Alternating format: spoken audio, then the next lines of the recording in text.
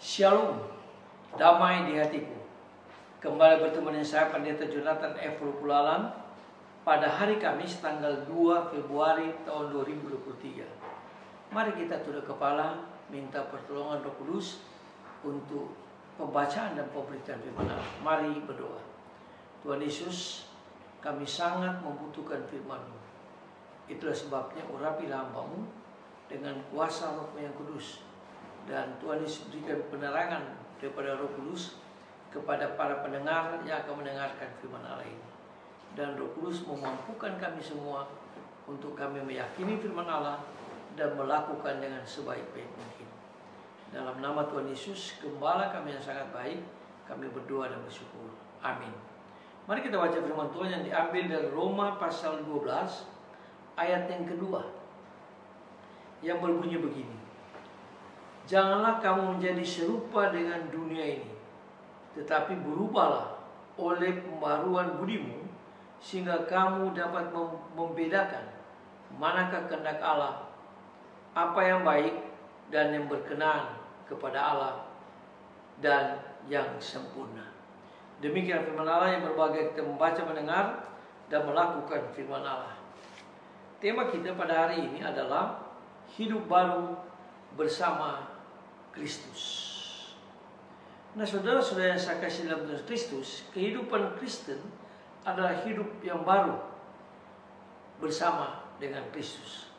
Secara jasmani, orang Kristen sejati tidak kelihatan berubah, tetapi sebenarnya ia sudah lain daripada yang lain.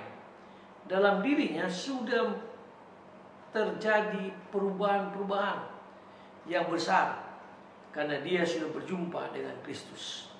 Dengan kata lain, dikatakan dalam Efesus pasal yang kedua ayat 1-5, dahulu ia mati secara rohani, tapi sekarang ia dihidupkan oleh Allah di dalam Kristus.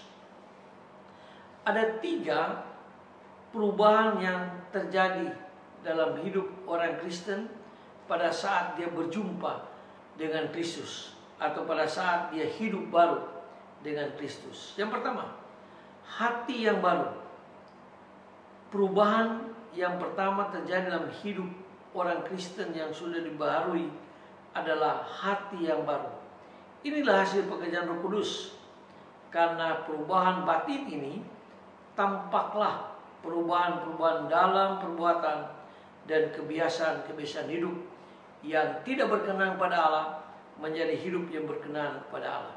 Itulah sebabnya kehidupan orang Kristen itu seumpama suatu pohon yang baik.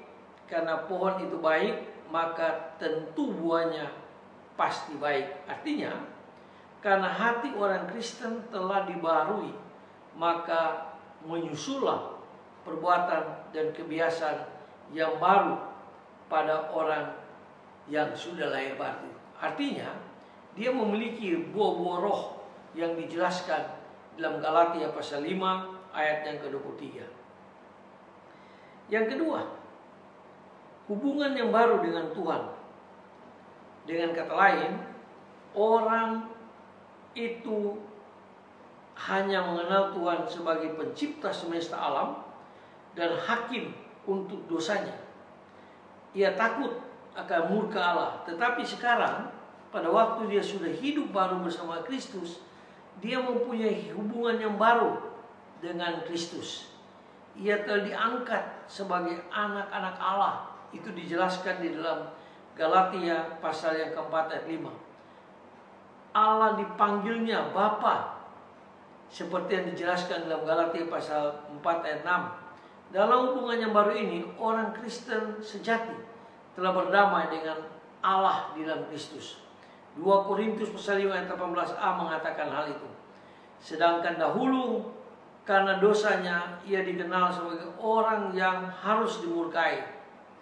Melalui imannya kepada Kristus yang telah menanggung hukuman dosanya, sekarang ia terhitung benar di hadapan Allah di dalam Tuhan Yesus Kristus.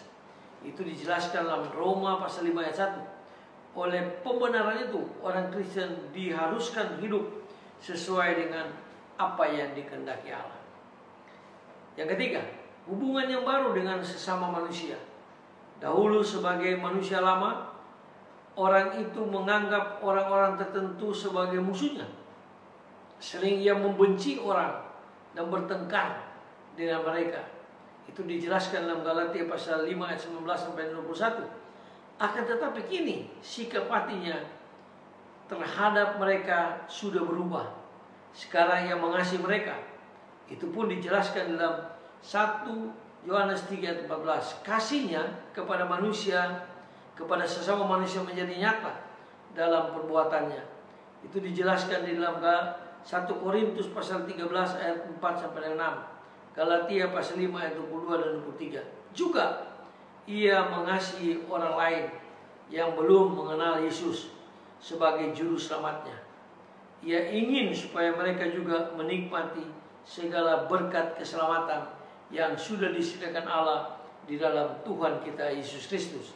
Itu dijelaskan di dalam 2 Korintus 5 ayat 14 dan 20. Nah, saudara-saudara yang saya kasih dalam Tuhan Yesus Kristus, marilah kita hidup baru bersama Kristus, maka kita akan berubah.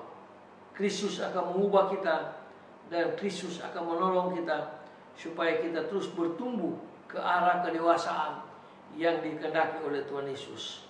Bagaimana dengan kita? Apakah kita sudah sungguh-sungguh bertobat dan hidup baru bersama Kristus di tahun 2023 ini? Saya percaya dengan iman, kalau kita hidup baru bersama Kristus, maka di tahun 2023 ini kita akan memperoleh berkat-berkat yang baru, baik secara rohani maupun secara jasmani.